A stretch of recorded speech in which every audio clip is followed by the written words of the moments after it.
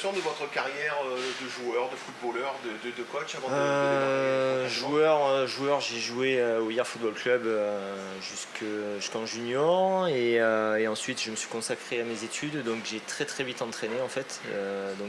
J'ai commencé à entraîner à l'âge de 16 ans, mais j'ai eu des grandes catégories dès l'âge de 23 ans en fait. Voilà, Vous avez été entre autres adjoint de Dédé Blanc à hier. Ça date il n'y a pas très longtemps. J'ai entraîné 15 ans à La Valette, où j'ai entraîné toutes les équipes en ligue et en senior. Et j'ai pris la suite de Luigi en l'équipe première de La Valette, quand il est revenu à Toulon. Et ensuite j'ai suivi André Blanc qui voulait travailler avec moi, donc à hier, avec lequel j'ai travaillé 5 années. Voilà. Et ensuite, pour raison familiale, j'ai suivi mon fils qui est dans le club de QS Pierrefeu. Donc en fait, c'est pour ça que je suis arrivé là-bas. J'ai mon meilleur ami qui est au service des sports. C'est un club très familial et j'avais envie de quelque chose d'un peu moins soutenu en termes d'investissement, parce qu'un club de CFA comme où j'étais hier, c'était un emploi on va dire de tous les jours. Voilà, donc qui est très prenant, mais qui est aussi compliqué pour avoir une vie sociale familiale à côté.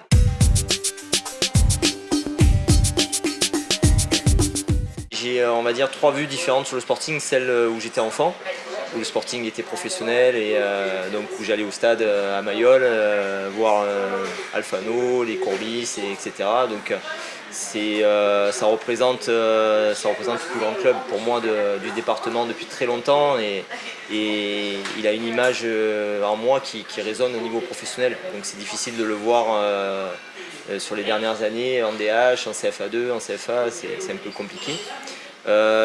Deuxième partie, j'ai envie de dire, c'était un adversaire, parce que hier Toulon c'était des derbies quand même sympathiques, même si c'était pas Fréjus, mais les ambitions n'étaient pas les mêmes, mais malgré tout beaucoup de monde au stade, beaucoup de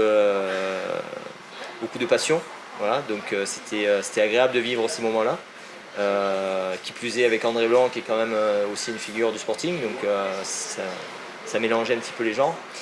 Et la troisième partie, c'est aujourd'hui, avec l'USCP, où on a la chance, j'ai bien dit la chance, d'avoir eu ce tirage, parce que c'est la première fois qu'on arrive sur un 4e tour. Et pour nous, c'est le plus beau tirage.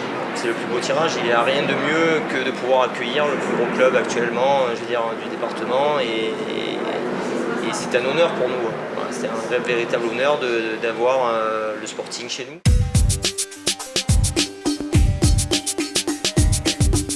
J'ai envie de dire que les enjeux pour nous, ils étaient purement festifs au départ. Sportivement parlant, on ne peut pas prétendre dire qu'on va battre le Sporting dimanche. Ça ne veut pas dire qu'on ne va pas essayer. On est des compétiteurs, hein. Je veux dire, même si on n'est qu'en Régional 2, on est des compétiteurs et bien entendu qu'on va sur un terrain pour gagner. Par contre, nous, on avait fait de cette journée-là une grande fête pour le club, où on comptait accueillir énormément de monde. On avait mis en place un match d'ouverture avec une équipe U17. Le club progresse, nous, dans son ensemble. Alors on est un club peut-être un peu méconnu aujourd'hui, mais on a 400 licenciés. Toutes les catégories de jeunes aujourd'hui sont montées d'un cran. L'équipe senior a accédé au niveau régional, c'est la première fois de l'histoire du club.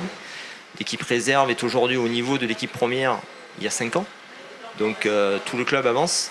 C'est un club qui se structure, c'est un club qui travaille très bien avec des gens qui sont très investis, beaucoup de bénévoles.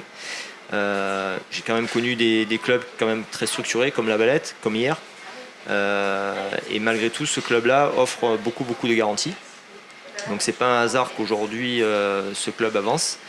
Et c'était une façon pour nous de valider un petit peu toute cette évolution, de recevoir le Sporting dimanche.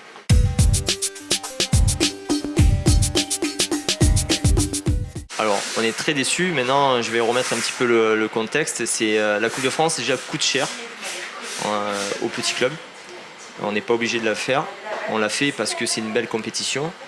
On a joué 3 premiers tours à l'extérieur, donc ça nous a coûté 3 déplacements. Là enfin on reçoit. On nous demande dès le départ d'inverser le match, d'aller jouer à Bon-Rencontre.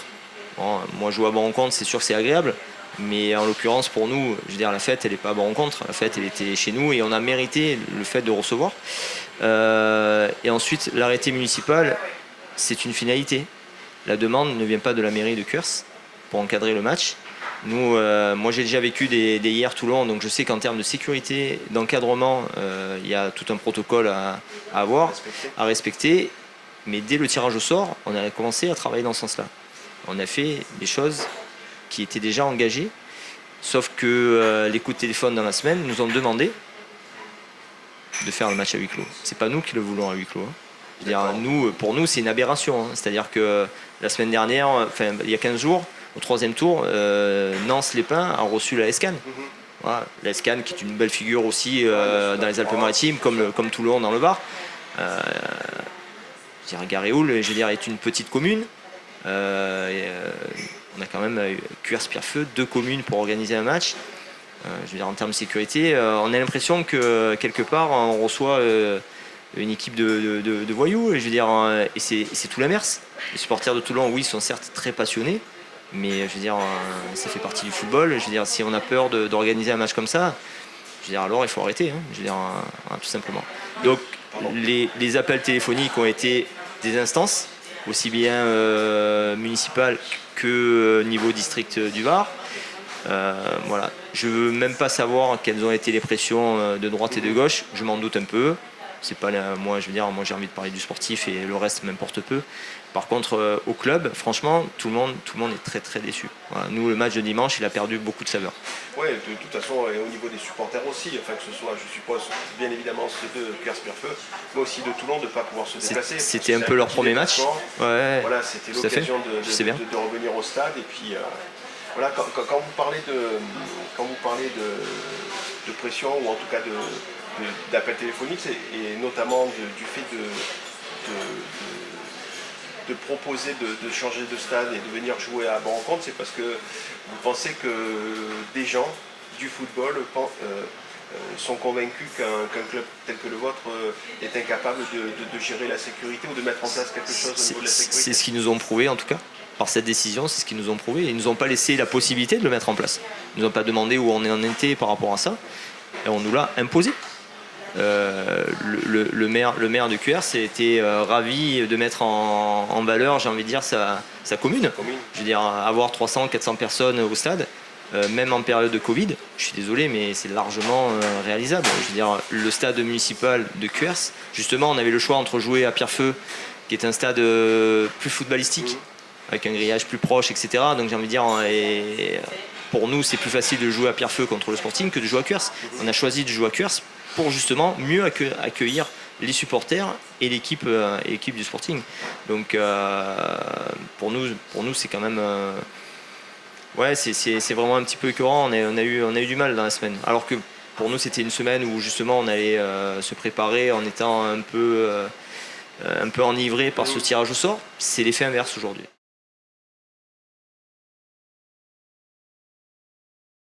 À ce jour, nous au club, on n'a rien reçu. D'accord.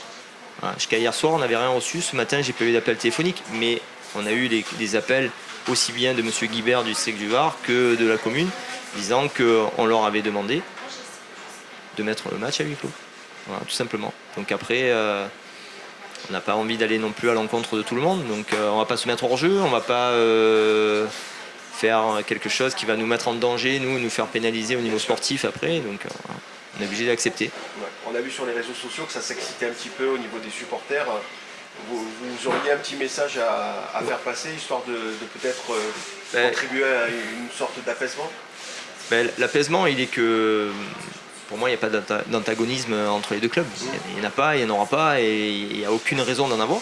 Aucune, au niveau sportif et au niveau culturel.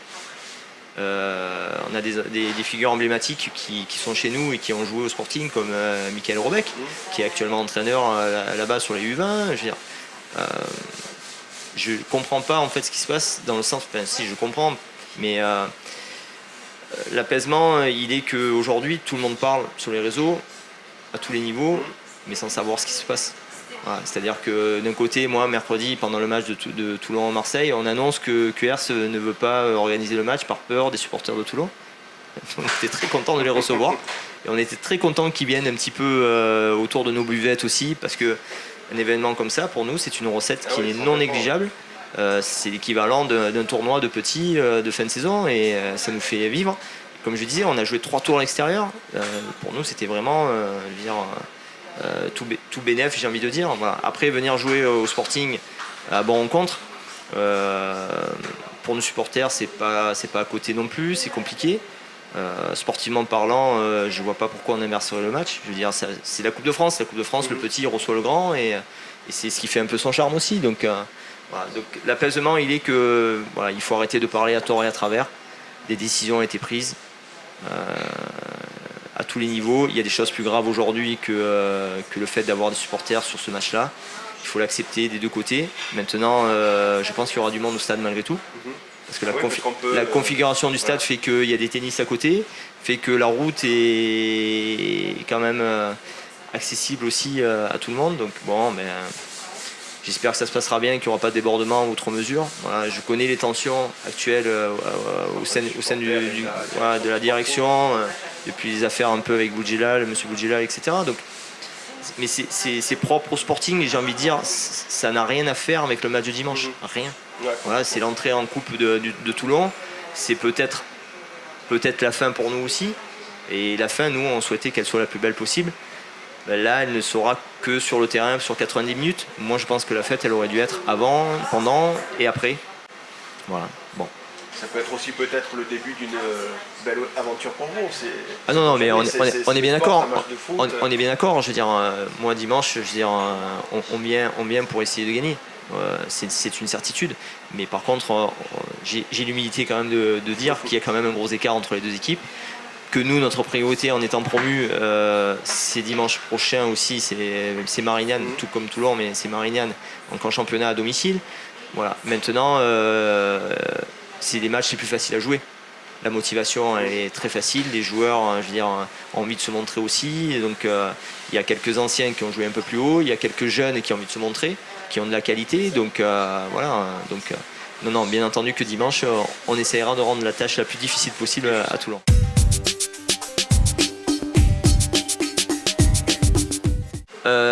La force, j'ai envie de dire que c'est l'esprit de groupe de cette équipe parce que c'est un groupe qui s'est construit quand même depuis 4-5 années, qui a commencé à se construire sous l'égide de Michael Robeck avec quelques anciens joueurs de la Valette qui voilà, donc c'est un groupe de copains. Donc un groupe de copains est capable d'aller un peu plus loin que certains qui ont été recrutés. Donc nous, par exemple en Coupe de France, on est mené sur un tour précédent 3-1 et on gagne 4-3. Voilà, ce sont des matchs où le groupe se révèle et voilà. Donc ce groupe s'est construit il y a 4-5 années et aujourd'hui il est dans sa plénitude. Donc c'est normal qu'on soit arrivé en RR2. Ça fait longtemps qu'on flirtait avec cette montée. Beaucoup de qualités techniques individuelles. Donc il y a des joueurs qui sont capables de faire des différences, de jouer un petit peu plus haut, mais surtout beaucoup de générosité. Voilà, parce que encore une fois c'est un club familial et donc comme tout club familial, les joueurs vendent chèrement leur peau, voilà, tout simplement. Après, on n'est pas du tout une équipe de village. Voilà, c'est pas le football d'il y a 30 ans où Toulon peut avoir peur d'être reçu dans des conditions un peu compliquées. Voilà, c'est fini, ce temps il est révolu. On est une vraie équipe de football et je veux dire, ça a été montré et démontré sur les matchs qu'on a fait en D1 pendant quelques années. Voilà. Merci beaucoup. Merci à vous.